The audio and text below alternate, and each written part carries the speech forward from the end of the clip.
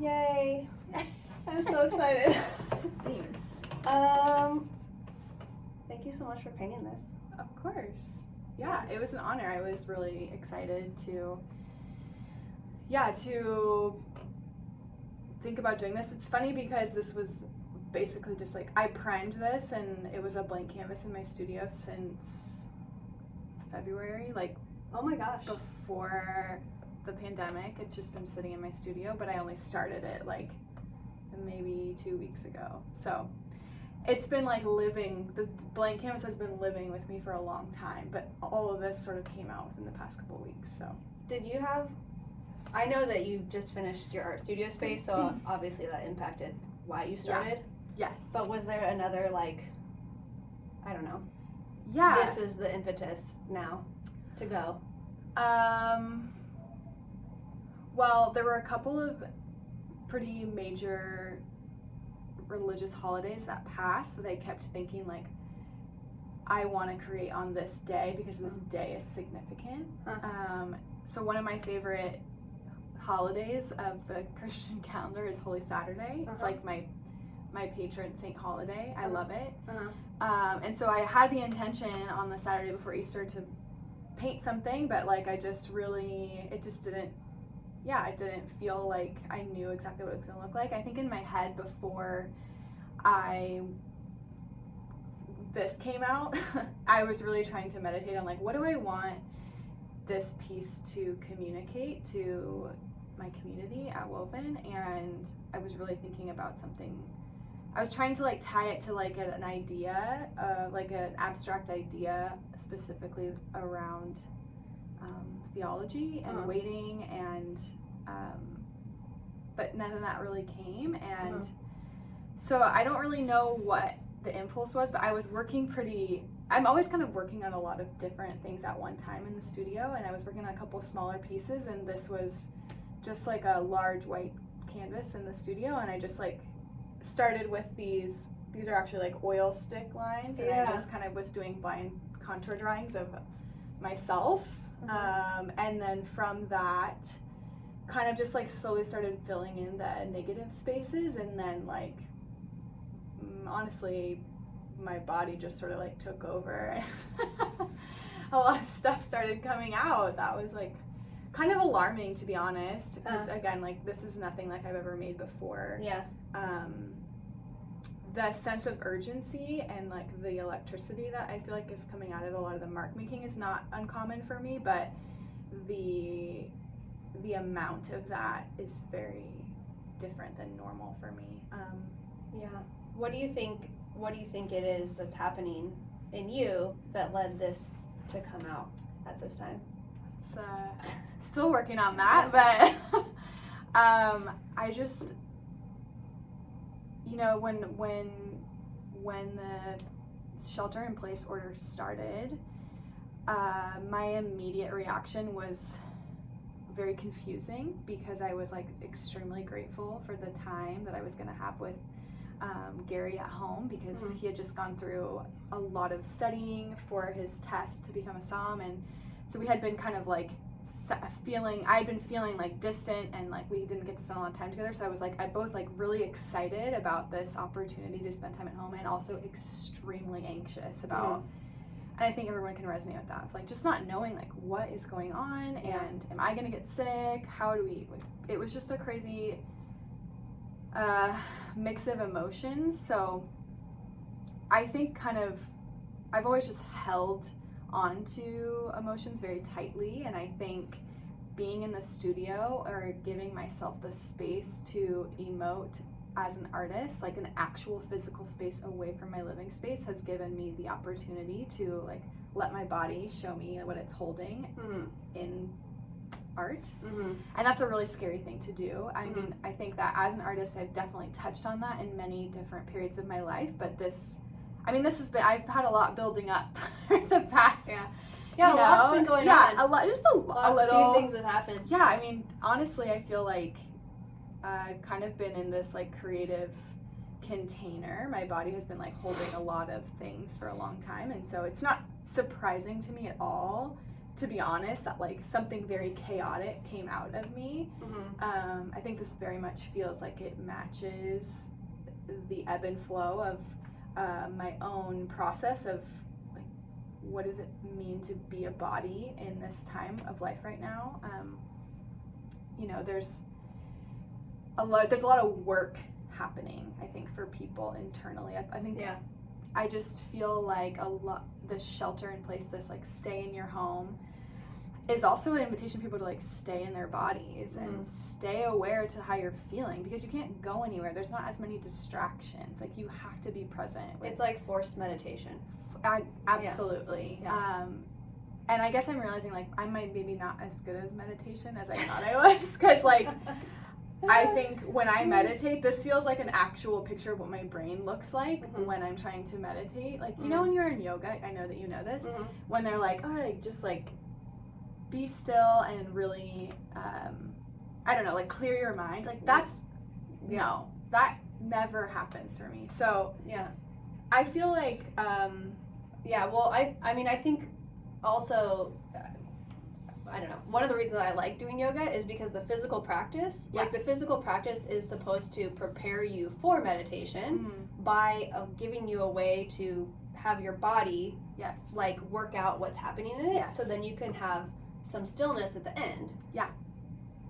So I feel like that's a little bit like what you did here. And I think, you know, another part of this too that I haven't stated yet is that this work didn't come out until like, or it came out really around the same time as a lot of when the protests were happening. And I really struggled with like, what does it mean for me to be a body in this conversation? And I've said this a few times to a few different people, but I've really struggled with my own questions and feelings around the Black Lives Matter movement, because I've felt so overwhelmed with how much work internally that I have to do, and also the impulse to do something, but also feeling conflicted that everything else inside of me and everything around me is telling me to stay inside. Like inside the house? Literal, inside. And also like stay inside your feelings, stay inside your body, like feel the weight of white supremacy and how you are like implicitly a part of this, like feel all the things and grieve but don't grieve. And so that's like this push and pull of like staying. And so I think a lot of this work too was like the tension of I'm being told to stay and feel the depth of this emotion, but also like move and grow. And so I think that's a lot of specifically like the imagery that kind of came out of that. I was really kind of inspired by like these big block shapes, like Matisse has these kind of like organic forms that are abstracted. And so I kind of was going off that. So kind of these like leaf shapes and these concentric circle things. I was thinking a lot about, I was thinking about like, what does it mean to be a body? And that led me to think about the body is made of cells, and what does it mean to be a cell? And I also started thinking a lot about high school biology class, because I remember having to draw the cell, like to draw like mitochondria, and I mean that's really the only thing I remember from it, or like the cell wall, and like there's so many interesting shapes, you know, that we draw to fill up the cell, and the cell is a body in itself, and there's millions of cells that make up our body. So anyway, a lot of the shapes I think that are repeated in here is like that attempt to have some sort of representational but non-representation of a body. What does it mean to be a body? What does it mean to be an organic shape, and to move and process and stay and change? And it's not super easy to be a body.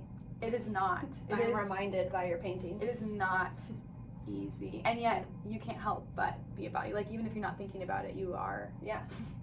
So there it's yes, it's not easy to be a body.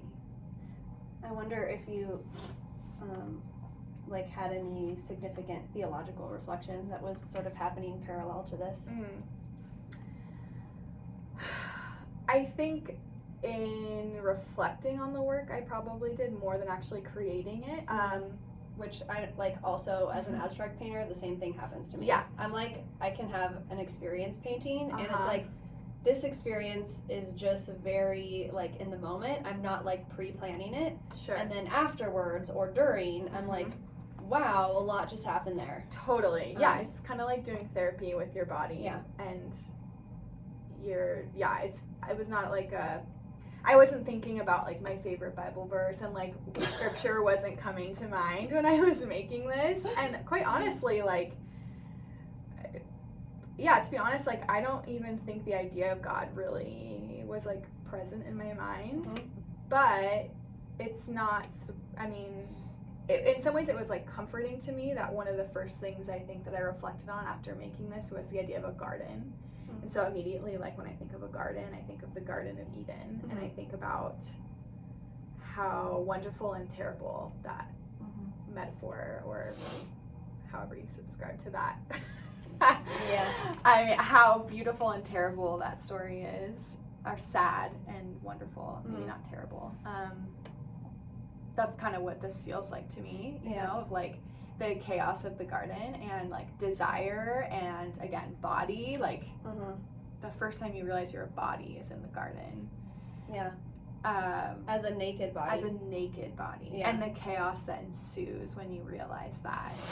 That definitely came out in this work. And okay, so I have to pause you because I can't believe you just said that, because you sent me like a written explanation of like some of your thoughts, but there was no scripture, and so I just was like doing my own reflecting before we came here, and Are you about to have a spiritual moment? We are about to have a spiritual moment.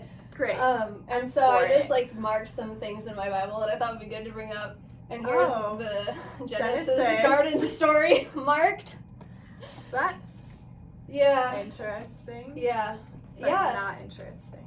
That actually is very affirming to me. That's very affirming to my intuition, because, you know, it's affirming to resonate on a non-cognitive level with someone. Yeah. You know what I mean? To be able to communicate something that is beyond a cognitive awareness of what you're doing. I'm not surprised that we resonated non-cognitively. Yeah, I'm not surprised. So you were talking about chaos and what you had written, and you just told me that you don't really have a title, but you kind of in your head calling the whole series Chaos 1, Chaos 2, Chaos 3. Yes. Yeah. Which is a significant title, to name. Yeah. Like, that's the most important thing that totally is driving this. But one of the reasons I thought of the garden, and actually both of the creation stories, so Genesis 1 and Genesis 2. Well, in Genesis 1, God creates from the chaos. And that continues to happen throughout the biblical narrative, and I mean, that happens in my life too. And so I really, that is an important idea to me personally, to recognize that when chaos is happening, like it's the like the water and the seed bed for what is about to be birthed. That's good. Yeah. I mean, there's something sweet about the realization, or not the realization, there's something very, like, it kind of hits you in that deep part of you to realize that you can create out of chaos, because, I mean, to be honest, this is what, the world feels chaotic right now, and so it's very easy for me to sink into despair, and pessimism, and not that there's totally space for that, but it does feel good as an artist to be reminded, especially as an artist who has a lot of questions about faith, like, to be reminded that goodness comes out of chaos, you know? Like, it's an essential part, to me, it's an essential part of who God is, and of, like, who we are, sort of blessed to be. Right. Like, that's not something we should be like, oh no, I'm gonna try to avoid, like, difficulty and darkness and chaos, but, like, I'm gonna, like, stare it in the face. Yeah. Totally. This is part of your becoming. Yeah, you are really just speaking into some deep parts right now. I mean, that makes sense because you're a pastor, but you're also my friend. Yeah. Can I read you back to you? Yes. So you sent me this, like, a description, which we're gonna for sure share. So everybody, everyone watching we'll get to read this whole thing too. But you concluded your writing with this. You said, meaning is always unfolding, showing itself if you take the time to till the chaos with your presence. So like to like break up the soil. Yeah. So I feel like you are giving us a gift to, like you're sharing your presence by having made this. And I'm sad that we like people can't come and like walk up to it. But you will. Someday you will. Yeah. You know? And there's hope in that too. You will be able to engage with it.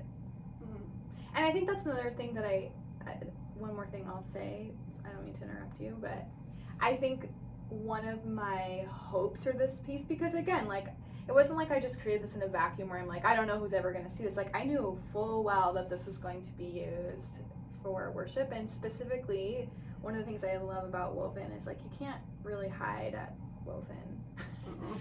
Because of the size, because of the nature of the community, because of the dedication that the community has to knowing one another, and like the commitment to vulnerability that I've experienced as, you know, as a participating member of the community. And I think that this feels like there's a piece, or this is a piece you can return to, similar to the gospel. I was telling Simon this when he picked it up. I was like, and this is another reason, like, after making this and reflecting back to someone else, like, what are some of the things that came out? For me, there was a part of this that I wanted it to also feel like just a really good book that you wanted to, like, keep coming back to, and you keep reading it again and again. And every time you encounter something new that you didn't know before. And I'm sorry, is this still recording?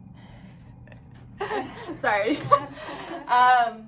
Yeah, you encounter something new that you didn't know before, and it teaches you something new. So there's like these, you know, there's not really a focal point, I don't think, here, but there's these pockets, you know, that I've kind of created that you can return to and like meditate on a piece of it, or have that piece of it teach you something new. And I feel like every time I come back to it, I find something new that I like, or like, oh, I like this bit here, I like the way that the blue interacts with the pink, or I like my line here, I like something about this that I didn't notice before. And so I feel like it's a piece that continues to be meditative in very different ways. So all that to say, like, I wanted it to have a sense of newness every time someone encountered it. So even if you're seeing it virtually for the first time, I think it will be a different experience when you see it in person. Oh yeah, for sure. Yeah. It has so much more texture in person than when I first saw it with just the photo. Yeah. Thank you so much. Of course. Thank you for letting me create this on behalf of the community. And I'm happy to answer anybody's personal questions about it, but it felt very good to make. I'm glad. Yeah.